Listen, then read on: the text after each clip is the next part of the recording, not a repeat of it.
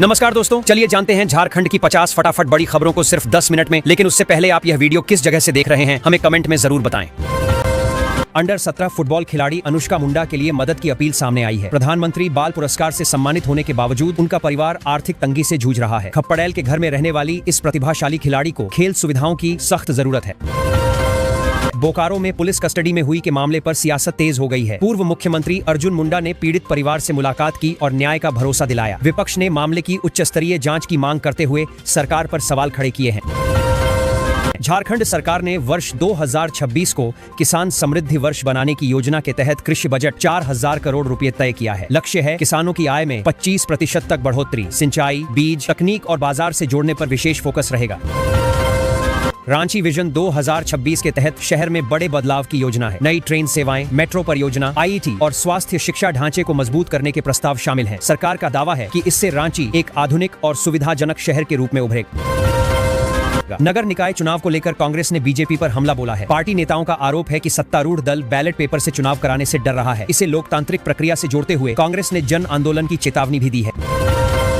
झारखंड में ठंड का कहर लगातार बढ़ रहा है। मैक्लुस्कीगंज में तापमान 0.9 डिग्री सेल्सियस रिकॉर्ड किया गया। कई इलाकों में शीतलहर चल रही है। प्रशासन ने अलाव और रैन बसेरों की व्यवस्था बढ़ाने के निर्देश दिए हैं।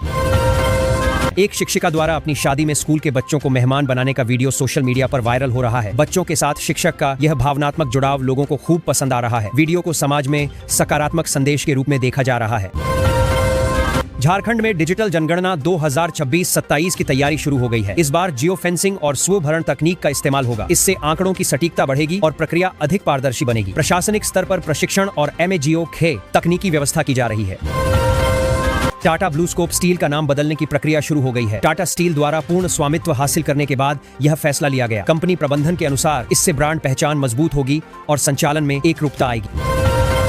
झारखंड में GST संग्रह में सुधार देखने को मिला है। राज्य ने इस मामले में बिहार को पीछे छोड़ दिया है। अधिकारियों के अनुसार बेहतर टैक्स अनुपालन और निगरानी से आर्थिक स्थिति मजबूत हो रही है, जिसका असर विकास योजनाओं पर भी पड़ेगा। ट्रेन हादसे में झारखंड के कई यात्री प्रभावित हुए हैं। टाटा एर्नाकुलम एक्सप्रेस के दुर्घटनाग्रस्त होने से अफरा तफरी मच गई। राहत और बचाव कार्य तेजी से चलाया गया। घायलों को नजदीकी अस्पतालों में भर्ती कराया गया है। चतरा जिले में नक्सली संगठन TSPC के गुटों के बीच संघर्ष की खबर है। मुठभेड़ में 2 लोगों की मौत हुई है। सुरक्षा बलों ने इलाके में सर्च ऑपरेशन तेज कर दिया है और हालात पर नजर रखी जा रही है। झारखंड में नशा नष्ट अभियान के तहत बड़ी कार्रवाई की गई है। 3000 किलो से अधिक नारकोटिक्स को नष्ट किया गया। प्रशासन का कहना है कि नशे के कारोबार पर सख्ती जारी रहेगी और युवाओं को इससे बचाने के लिए जागरूकता अभियान भी चलाया जाएगा। कोयला माफिया के खिलाफ प्रवर्तन निदेशालय की बड़ी कार्रवाई सामने आई है। झारखंड में 40 से अधिक ठिकानों पर छापेमारी की गई। इस दौरान नकदी और जेवरात बरामद होने की सूचना है। जांच अभी जारी है। रांची में कांग्रेस महानगर अध्यक्ष ने नगर निकाय चुनाव को लेकर बयान दिया है। उन्होंने कहा कि बूथ मैनेजमेंट और कार्यकर्ता प्रशिक्षण पर विशेष ध्यान दिया जा रहा है। पार्टी जमीनी स्तर पर मजबूत तैयारी के साथ चुनाव में उतरने का दावा कर रही है। झारखंड में महिला सुरक्षा को लेकर संगठनों ने प्रदर्शन की तैयारी शुरू कर दी है। 8 मार्च 2026 को बड़े आंदोलन का प्रस्ताव रखा गया है। मांग है कि महिलाओं के खिलाफ अपराध पर सख्त कार्रवाई और त्वरित न्याय सुनिश्चित किया जाए। कैमरून में फंसे झारखंड के 5 प्रवासी मजदूरों ने मदद की अपील की है। परिजनों ने सरकार से सुरक्षित वापसी की मांग की है। प्रशासन द्वारा केंद्र सरकार से संपर्क कर आवश्यक कार्रवाई शुरू करने की बात कही जा रही है। झारखंड में परिवहन व्यवस्था को बेहतर बनाने के लिए नई ई-बसें चलाई जाएंगी। पटना से झारखंड के कई जिलों को जोड़ते हुए 40 ई-बसों के संचालन की योजना है। इससे पर्यावरण संरक्षण के साथ यात्रियों को आधुनिक सुविधा मिलेगी। तोपचांची झील को पर्यटन स्थल के रूप में विकसित करने के लिए स्थानीय लोगों ने NHAI से साइन बोर्ड लगाने की मांग की है। उनका कहना है कि सही संकेत न होने के कारण पर्यटक झील तक पहुंच नहीं पाते। इससे पर्यटन को बढ़ावा मिलने की उम्मीद जताई जा रही है। बिरसा मुंडा की गिरफ्तारी से जुड़ा ऐतिहासिक तथ्य एक बार फिर चर्चा में है। बताया जाता है कि उस समय 7 गद्दारों ने मात्र 500 रुपये के इनाम के लिए उन्हें अंग्रेजों को सौंप दिया था। यह घटना आज भी आदिवासी समाज को भावुक कर देती है। जमशेदपुर की निहारिका ने मशरूम से बिस्कुट और अचार बनाकर स्वरोजगार की मिसाल पेश की है। उनके इस प्रयास से लगभग 500 महिलाएं आर्थिक रूप से सशक्त हुई हैं। यह मॉडल ग्रामीण महिलाओं के लिए प्रेरणादायक बनकर उभरा है। मुख्य चुनाव आयुक्त ज्ञानेश कुमार आज देवघर पहुंचे और बाबा बैद्यनाथ धाम में पूजा अर्चना की। उनके दौरे को लेकर सुरक्षा के विशेष इंतजाम किए गए थे। प्रशासनिक स्तर पर इसे एक निजी धार्मिक यात्रा बताया गया है। सुबह से झारखंड के अधिकांश हिस्सों में घना कोहरा छाया हुआ है। दृश्यता बेहद कम होने के कारण वाहन चालकों को परेशानी हो रही है। ठंड लगातार बढ़ रही है और लोग अलाव व गर्म कपड़ों का सहारा ले रहे हैं। प्रशासन ने सतर्क रहने की अपील की है।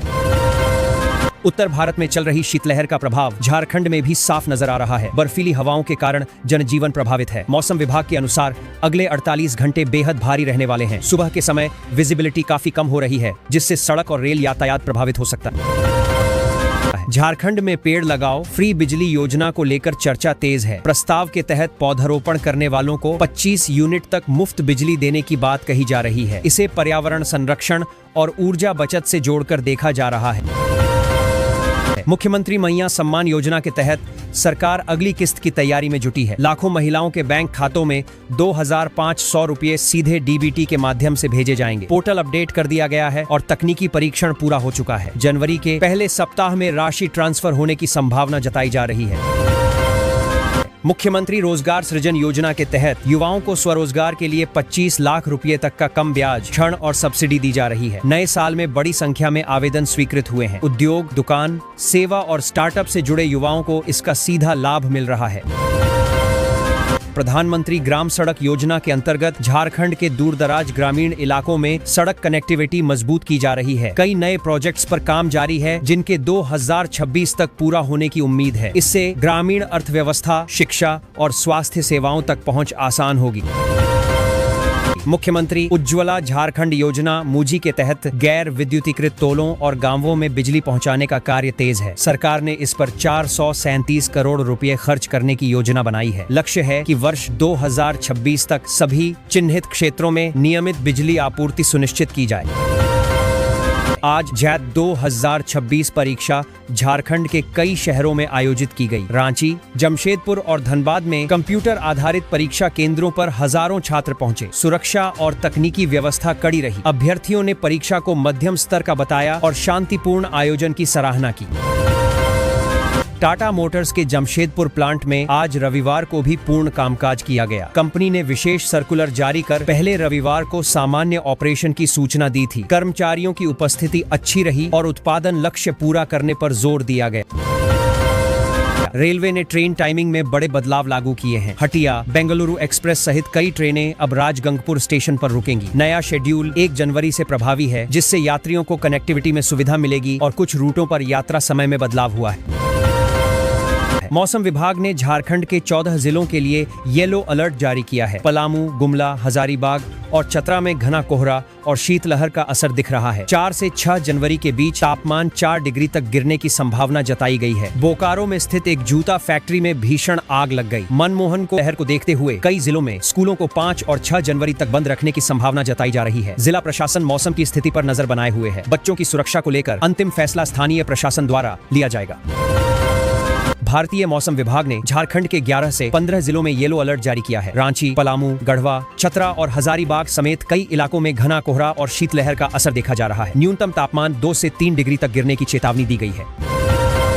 पलामू जिले के हुसैनाबाद में पुलिस ने एक ऐसे व्यक्ति को गिरफ्तार किया है जो पिछले 7 वर्षों से खुद को 2014 बैच का IAS अधिकारी बताकर घूम रहा था। आरोपी ने स्वीकार किया कि UPSC में असफल होने के बाद पिता के डर से उसने यह झूठी पहचान बना ली थी।